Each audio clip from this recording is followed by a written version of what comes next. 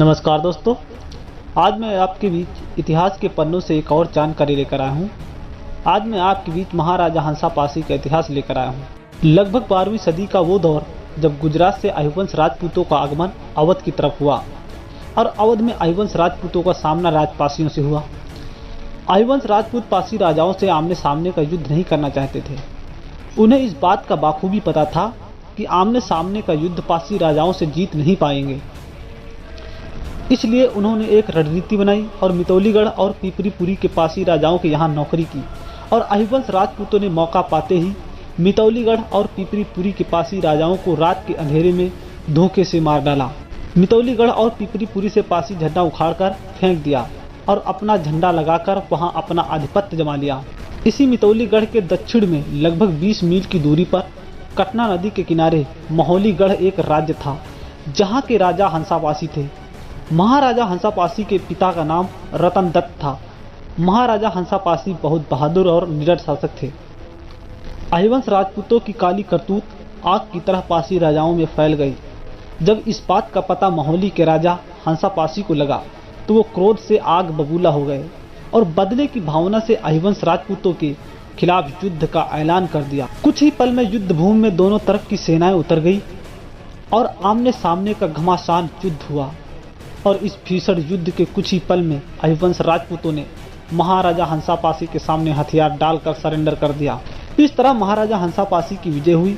सभी राजपूत बंदी बना लिए गए और राजपूतों ने हार स्वीकार कर लिया और अपनी जान की सलामती मांगने लगे।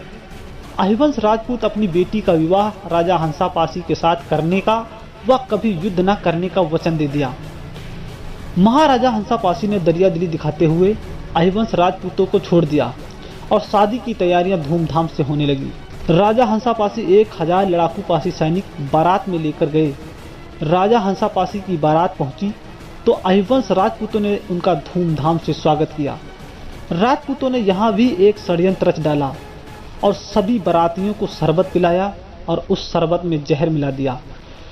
कुछ देर बाद सभी पासी सैनिक नशे में होकर गिरने लगे और मौका पाते ही राजपूतों ने हमला कर दिया। बड़ी बहादुरी के साथ पासियों ने युद्ध लड़ा, लेकिन जहर का असर होने के कारण महाराजा हंसापासी के साथ साथ सभी पासी सैनिकों की निर्मम हत्या कर दी गई और इस तरह महोलीगढ़ से भी पासी शासन समाप्त हो गया। ऐसे षड्यंत्र के कारण हंसापासी की मौत हो गई। उनके किले के भावना अवशेष आज भी टिल्ले के रूप में पासी योद्धाओं की कहानी बता रहे हैं। महाराजा हंसापासी के प्रमाण कुछ इस तरह मिलते हैं। नंबर 1, अंग्रेज इतिहासकार HR नेविल ICC द्वारा प्रकाशित district gazetteer of the United province of Agra and Awadh Sitapur में मिलता है।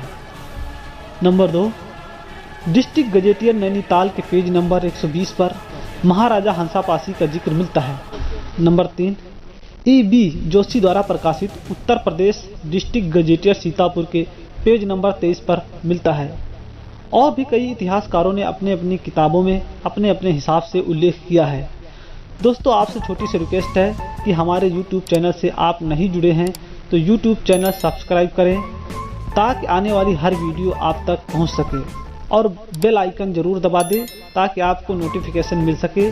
वीडियो कैसी लगी कमेंट बॉक्स में अपनी राय जरूर दें। धन्यवाद।